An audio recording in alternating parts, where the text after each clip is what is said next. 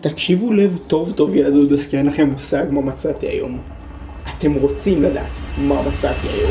מסתבר שמעבר למנטה יש כאן טעמים מאוד מעניינים למשחות שיניים למבוגרים. אז היום אנחנו ננסה את הני למון מינט. אני לג'יט מתרגש כרגע. אחת צובה, אופסלח.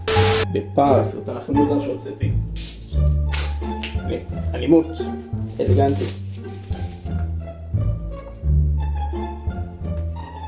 הני למון מינט. צבע? רגיל. איזה ריח מוזר.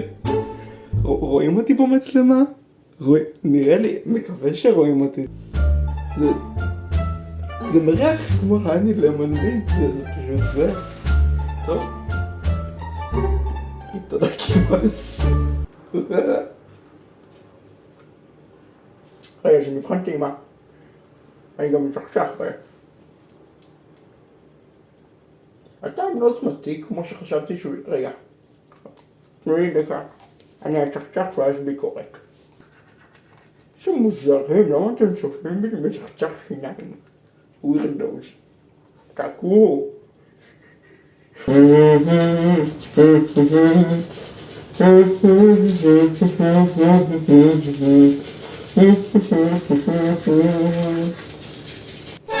ביקורת משחות שיניים.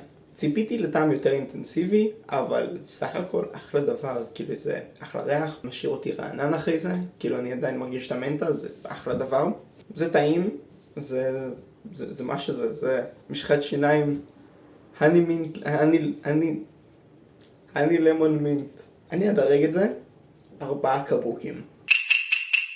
יש מקום לשיפור, אבל זה ממש ממש טוב. 4 קבוקים. לעוד תכני וואו של יפן תעקבו אחריי, כיף פה.